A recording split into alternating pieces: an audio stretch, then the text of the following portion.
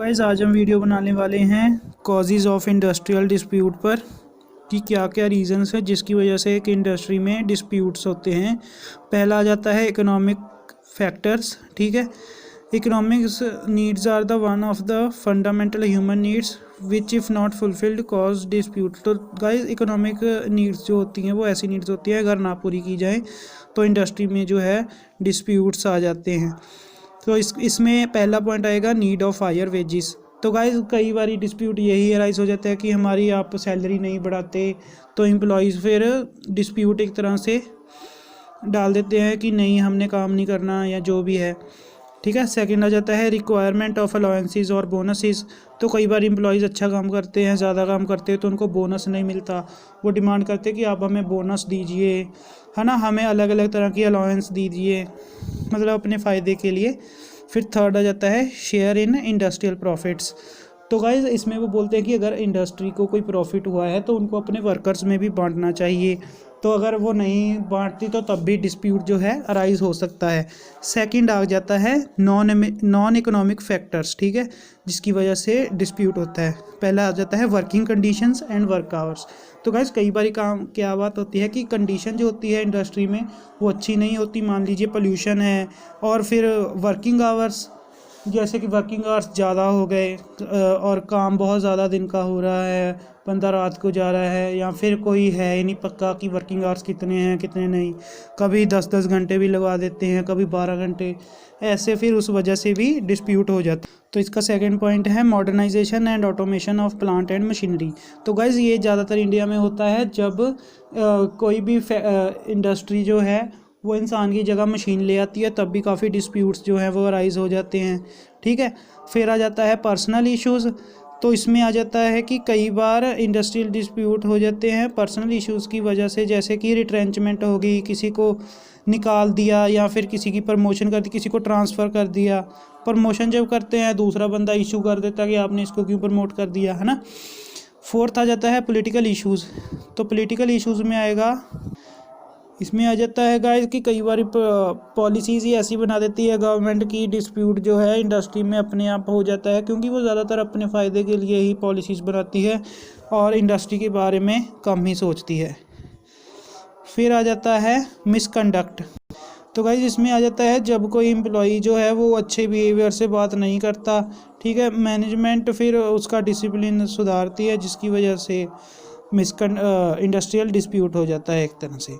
फिर आता है non recognition of trade unions.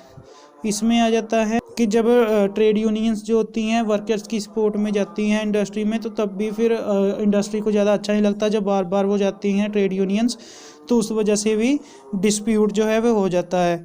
फिर आता है वीकनेस ऑफ ट्रेड यूनियंस। तो गाइस अभी वीकनेस ऑफ ट्रेड यूनियंस में हम लिखेंगे कि जैसे कई बार ट्रेड यूनियंस जो होती है वो वीक होती हैं, इतनी उनमें नहीं होती मतलब कि बंदे जुड़ के रहें, है ना।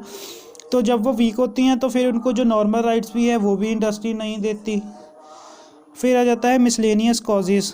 बाकी और कई कॉजेज़ होते हैं जिसकी वजह से डिस्प्यूट हो जाते हैं, जैसे कि मान लीजिए एटीट्यूड ऑफ सुपीरियर्स वगैरह वगैरह।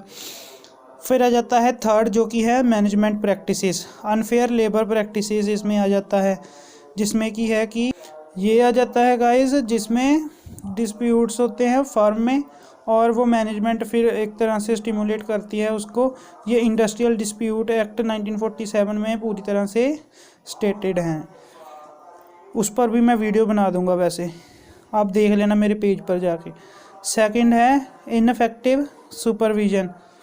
तो गाइस इसमें यही बात की गई है कि जो सुपरवाइजर्स है कई बार वो वेल बिहेव्ड नहीं होते, अच्छी तरीके से बात नहीं करते।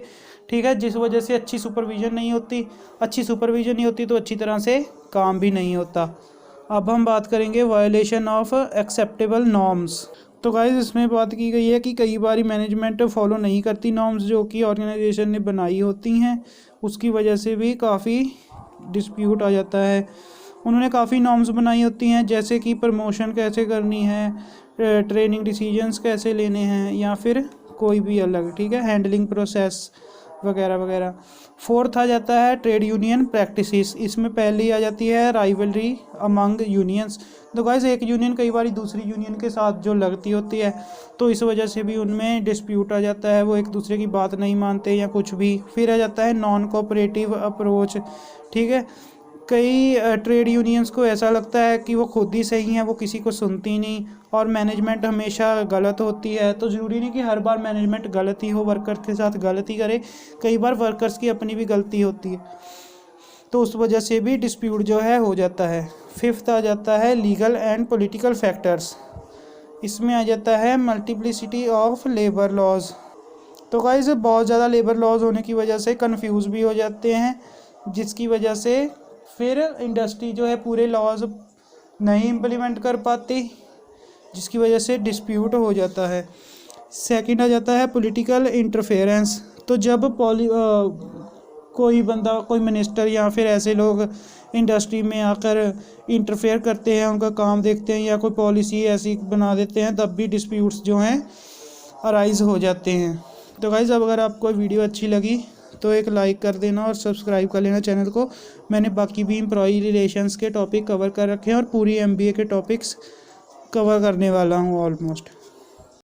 बाकी all the best for your exam of life. ठीक है, क्योंकि असली एग्ज़ाम तो ज़िंदगी लेती है, ये तो एक दिन में होकर ख़त्म हो जाएगा।